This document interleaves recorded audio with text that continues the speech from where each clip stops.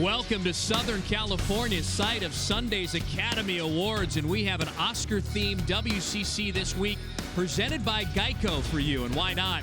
It's the WCC's biggest day of the year. A regular season champ will finally emerge after 18 regular season games, and spots 1 through 3 still to be decided tonight.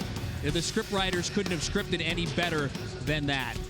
We welcome you inside Gersten Pavilion here on the campus of Loyola Marymount University alongside Casey Jacobson. I'm Steve Quist. This is part 2 of the PCH Cup, and there's not a lot on the line here for Pepperdine, but a lot on the line here for Loyola Marymount in this game. Yeah, for Pepperdine, a win or a loss doesn't matter for them. They have the number 4 seed locked, so just pride for them and competitive juices flowing.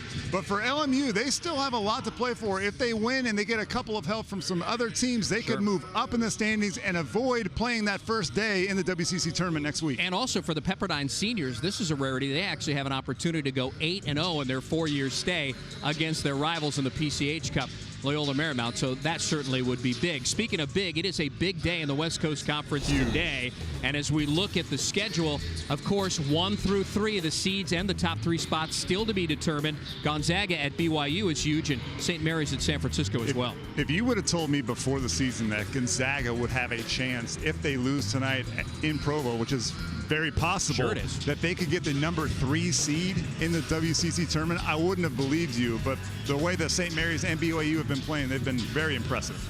And if it's a 3-way tie, guess what? BYU is the number 1 seed. Who would have expected that, going from the 3 to the number 1 spot on the final day of the regular season? Now, we open this WCC This week, presented by Geico, talking about the Academy Awards. Hey, they've got the Oscars just up the road from here. We got the Caseys, and I think this is the 2nd year in a row we've done it. There's the red carpet outside, all the TMZ and Inside Edition folks want to talk to you. So take it away by crowning some of your awards in the WCC. Well, Steve, first we're going to start with Best Director, and we're going out to Moraga, California with Randy Bennett. He took the 4th youngest team in the country and molded them into one of the best all-around teams that I've seen in college basketball. They're excellent on the defensive end. They only give up 60 points a game. And on offense, they're just a joy to watch. They're number 1 in the WCC in shooting and assists. Randy Bennett, congratulations. Probably the most prestigious award he's ever got. Congratulations on your Casey Award for Best Director. Let's bring in the 3rd member of our team to present the Best Picture Award. And here is Kelly Tennant. Kelly? Yeah, but Steve, I have to tell you, I'm bringing a trophy next year that has Casey's body embossed in gold so that we can give out proper awards to everyone. For Best Picture, we're taking you to the St. Mary's and Gonzaga game back in January that had everyone out of their seats. Some great performances early from Eric McClellan, and then dynamic stuff from Domantas Sabonis, of course, for Gonzaga. Got them the lead, but then it's St. Mary's Joe Reines with the steal, a pass to Fitzner to finish that would set the Gales on fire. 4 minutes left, Reines hits the 3, and then Reines would go on to finish with the layup for that win. St. Mary's snaps an 8-game losing streak to Gonzaga. They were able to clinch the number 1 seed in the WCC after that game. Definitely Best Picture material, guys. Perfect, Kelly. Thank you very much. I remember listening to that game on Sirius XM and turning it off when St. Mary's was down 15 points. Yeah, 15 points, and then Gonzaga just, kind of throws away. There was a lot of mental mistakes in that game. If you guys remember, Joe Reines mistakenly misread the scoreboard. He fouls when they were only up 1, and Eric McClellan has a chance to make 2 free throws to win that game, Steve. He misses the front end of the 1-to-1, so the mistake didn't cost the Gales in the end. Well, let's continue with your awards. A lot of nominees for this next category. That would be Best Actor. I'm interested to find out who you chose. Well, I'm actually a surprise here. Domantas Sabonis.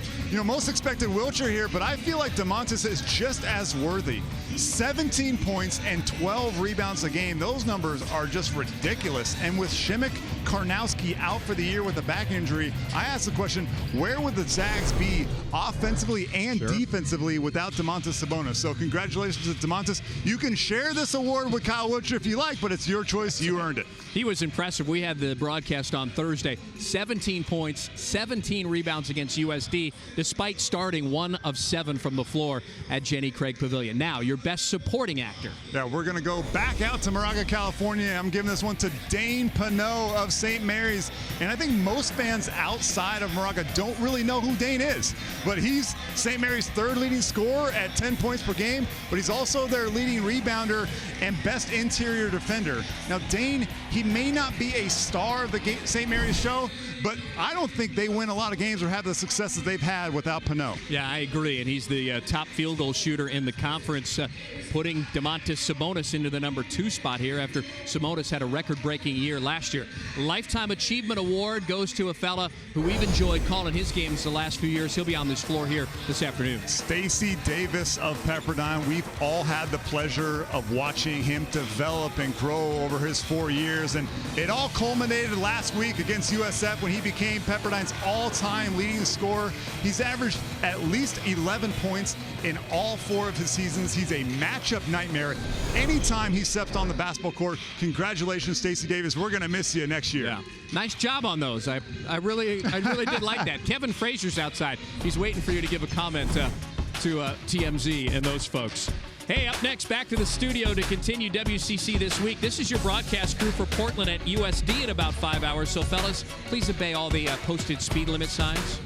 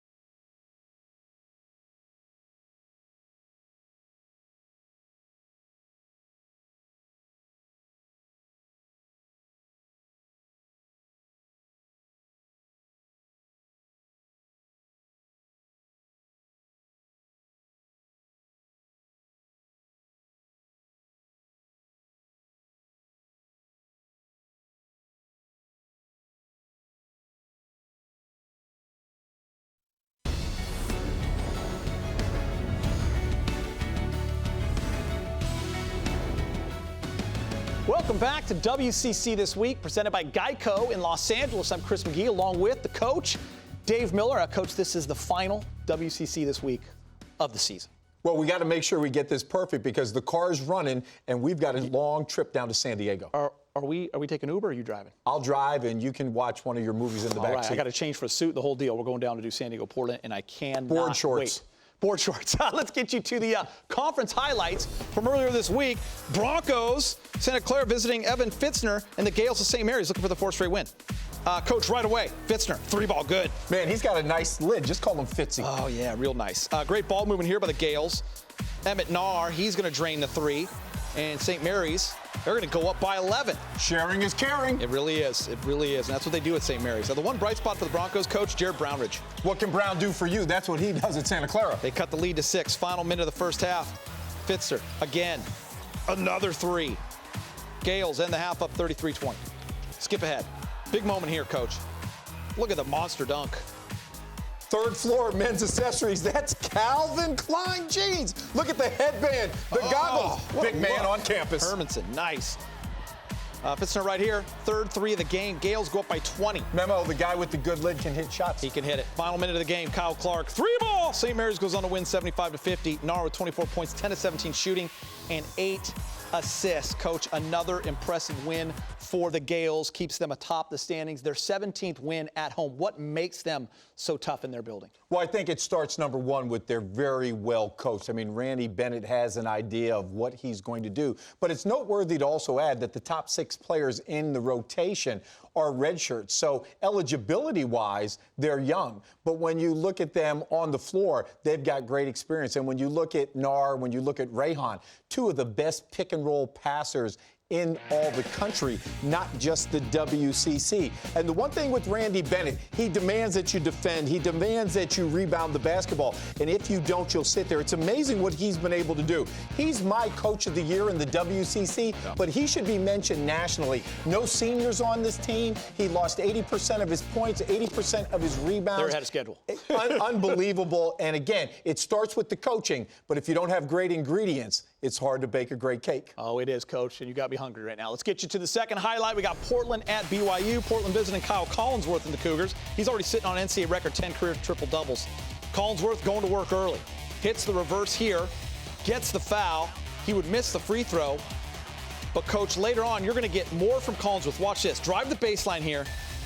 Feed Corbin Kafusi for the dunk. Well, you know, I'm not the smartest guy on this show, but I know if you draw 2, it leaves 1 open. And by the way, I got an A in algebra. You are the smartest guy on the show because I'm the only other guy on this show. Look at that. Nick Emery for the easy lay-in. Great pass. Dime dropper. Collinsworth show right here. Gets the offensive board. Finishes with the two-handed dunk off the assist from Emery. Just Lesson one learned. rebound shy, Coach. Give it up, get it back. Right here, but triple-double. Jazz Johnson spins, misses. Collinsworth gets his 10th board, extending his NCAA record to 11 career triple-doubles. You ever have a son, would you name him Jazz? You know what, I would. Jazz McGee has a nice ring to it. Don't think I'm going to have a son, though. Zags tied atop the WCC with 13-3 record. Visiting the San Diego Toreros, Tyler Williams lobs it to Gito Koch for the reverse slam. What a play. Toreros down 3. You know what? It sure looks like Coke off this roll, but I like Pepsi. Oh, Coach. Freshman to senior. You're going to use that one tonight, aren't you? Pepsi. 6-5 right there. They close it within 1. Still in the first half. Zags doing damage from distance, Coach. That's Kyle Jurginis able to spot up, knock it down. Silas Melson pulling the trigger. Deep 3. Zags go up 12. Zags up 6 now. Kyle Wiltshire gets involved. He's going to hit the short fadeaway. You know what that's called? That's called a shooter's touch. And by the way, Chris, he's got a national championship ring. Kentucky. More from Wiltshire. This time on the block. Sinks the smooth fadeaway on the baseline. Zags go up 7. They're now up 11. Wiltshire putting it on the floor and using the glass, Coach. You know what? He reminds you of the rapper T.I. He's doing whatever he likes, inside, outside. He's a player. Zags up 15, and they're on the break. Domantas Sabonis finishes with a dunk. 17-17. You know who taught him that? For Sabonis, his father. His daddy. And Gonzaga rolls on to win 82-60. Coach, you have Kyle Wiltshire, you have Domantas Sabonis. They're the big 1-2 punch. Can these two guys, and I'm talking beyond the WCC tournament, can they carry Gonzaga on their back and get them a few wins in the NCAA tournament? Well, as a coach, Chris, you always say you can never have too many shooters on the floor, and when they happen to be 6'11" and bigger, that certainly is a plus. I mean, yes, they certainly have the firepower to be able to take this team, but you also know in March when you're dancing, it's about the guards. But, you know, right here, when you look at Wiltshire, he's skilled, he uses his length inside, and he's gotten better. He's able to put the ball on the floor. He can finish with either hand. And then when you talk about Sabonis, the combination of his motor, his skill, it makes him the best big man on the West Coast. He's consistent. He never takes a play off. So, yes, I think when you look at this team, it's like looking at an NBA team when you look at the size and the length. But guard play is what makes or breaks you when you get into that March Madness. All right, guys. Well, let's get you to the last highlight, Coach. San Francisco trying to get back on the right track after losing to LMU Saturday. They took on Pacific Thursday night. In the second half, game tied at 50, Coach. The Dons are forcing a turnover, and they're going the other way. Well, it's nice that they create that easy offense. Dirksen with the nice finish. Pacific up 1 under 3 minutes to play. Alec Cobre, he's going to nail the 3. You better recognize a real Don when you see one. Oh, man, he can shoot it, too. 72-68. Same score, Pacific with the ball. Ray Bowles knocking down a three-pointer for the Tigers. Pacific wins 79-70. So let's take a look at the WCC standings. No surprise there at the top with Gonzaga and St. Mary's. A win for both teams in their final game, and they will share the title. Moving on down, BYU and Pepperdine, the only other two teams with a winning conference record. Now it's time for this week's edition of Player vs. Coach. Back on WCC Media Day, Coach Dave Miller over here and I sat down with players and coaches from each team and asked them a handful of trivia questions about one another. This week, it's Pepperdine's Marty Wilson and Stacey Davis as our guests. Here's their true test on how well they really know each other. Okay, Coach, here's the first question. What's Stacey's favorite TV show? All right, Coach, what's your answer? I would say Scandal. Reveal it to the camera. What'd you put, Stacey? That's one of mine. No. Yes. Okay, erase I that. had no clue. Yeah. Second question. 0 for 1. Second question, You're on Time Coach. Warner right now, too, so you can't say ESPN. I'm just kidding. What is Stacey's favorite non-basketball activity? Answer, Coach. I would say yoga. Yeah. I messed up on the G. So that One for two. Okay, next question. Who is Stacey's favorite rapper? So I'm going to say his is Drake. Yo, you a smart man. And we just happen to be listening to it on the way in. Coach, oh, man, that was smooth. All right, now. Coach, you are an OKG. Give Coach the pen. He really is, isn't he? Give Coach the pen. What is Coach's most common catchphrase? What is he always saying? It has to be something about both feet in. It has to be something about both feet in. All right, reveal it. Get down and defend. Get down and defend. Okay, I was going to say something about It was defense. close. It was close. Okay. I was right there. What item of clothing does Coach always wear? Yeah, okay. I got this one. Go for it. And if he's probably going to lie, but open-toe sandals. Sandals. Yeah. Hey, can we get a quick? Can we look at his shoes real quick? Because Marty, you did not wear that footwear when you coached at the University of Utah. I definitely see Malibu No in doubt. that No footwear. doubt. But I want to correct Stacey. They're not open toes. Yeah. My wife wouldn't let me wear them. Yeah, not even. At the end of this season, who will be the all-time leading scorer Okay. in Pepperdine history? Okay. I'm going to go with some guy named Stacey Davis. What do you got, Coach? Handsome number 5. There we go. We need about 395. Hey, guys, thank you so much. We love having you guys. Appreciate Thank you. y'all. Awesome. So that prediction for Stacey Davis came true, and he's our WCC Player of the Week. Last Thursday against San Francisco, Davis became the all-time leading scorer in Waves history, breaking a record that lasted for nearly 33 years. This is the second time he has been Player of the Week this season. I got to say, Coach, you and I love this young man. We could not be more prouder of him. So awesome and well-deserved. Congratulations. Unbelievable feat. I mean, think of this. When he went to Malibu for Marty, that wasn't the sexy place to go. I mean, he was a guy that took a chance. Marty was only a second-year head coach. From the day he stepped on campus, he was a nightmare of a matchup, being a tweener. He was an impact player. You said he's the all-time leading scorer. Here's another stat that blows my mind. He's one of 2 players ever in Pepperdine history to make over 400 free throws. So, you know, I mean, to be able to score is one thing, but to be able to mix it up and get to the line. And then, lastly, as good a basketball player as he's been for Pepperdine University and the WCC, he's even a better person, as you and I know, because we've gotten to know him. Concur, no question about it. All right, he's got one of the coolest names in the WCC, and he's got a hobby to back it up. Up next, we'll have a look at Pepperdine forward Jett Raines.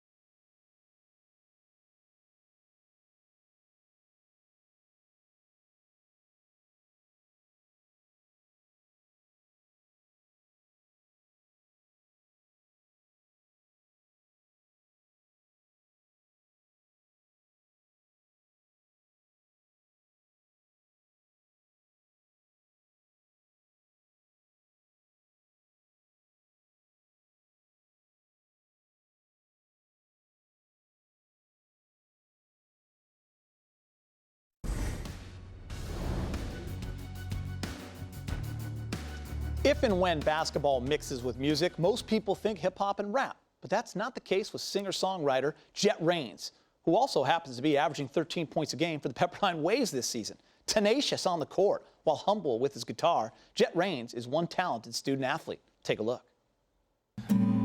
Put Jett Raines on a basketball court. You'll see hints of Andre Kirilenko's athleticism, Boris Diaw's touch around the rim, and Matthew Dellavedova's toughness. Yep, on the roll, Raines rolls it in. Great execution, and it was the physicality of the screen that was able to set up that bucket. Put him in a music studio, you might find hints of Chris Martin's vocal style, John Mayer's writing style, and Jack Johnson's performance style.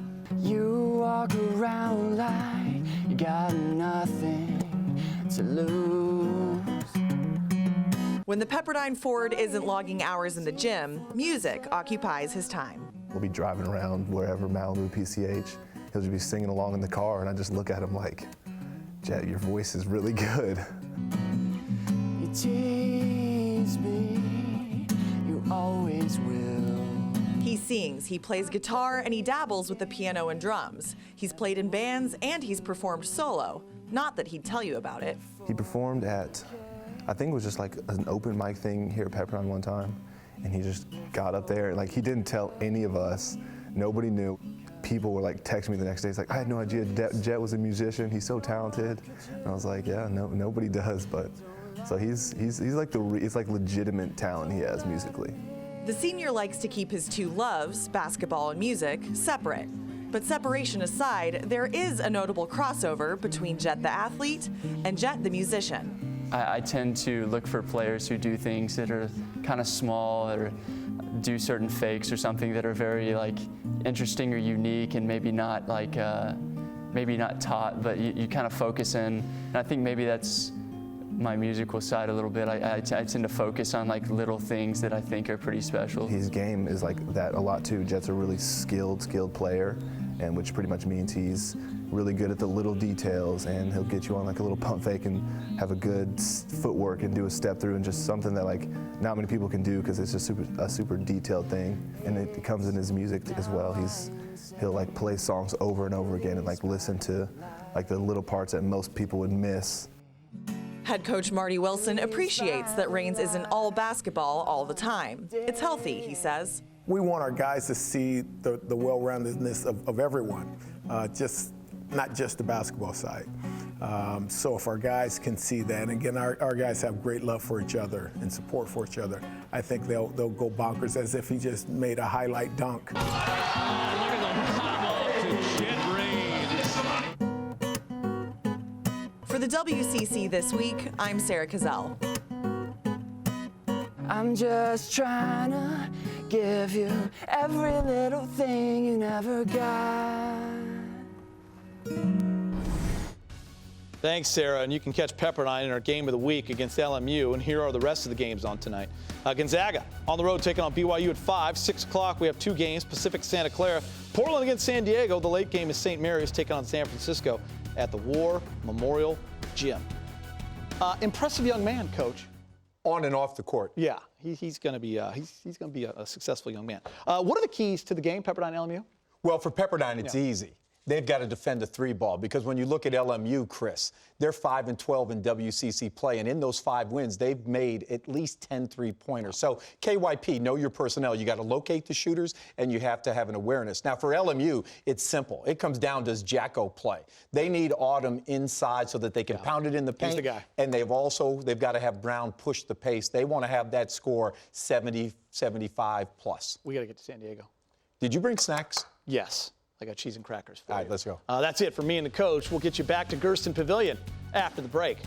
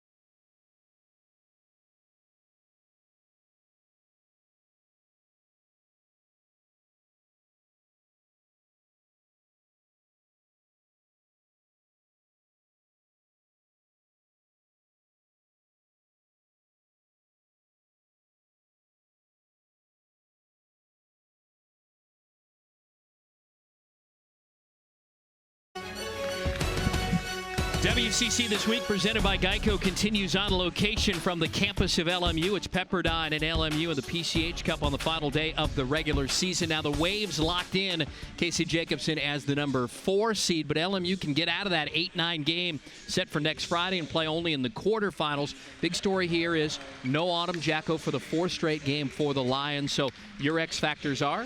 Well, for Pepperdine, we're starting with Jett Raines, the 6'7" senior from Texas. His name's pretty smooth, but so is his game, Steve. Jett can score inside, he can score outside, and he's also a really athletic defender, averaging 12 points a game. But last meeting against LMU, he had 17 big points in their overtime victory. And for LMU, Stephen Haney, the 6'6" sophomore, he's a transfer, he's a dangerous shooter.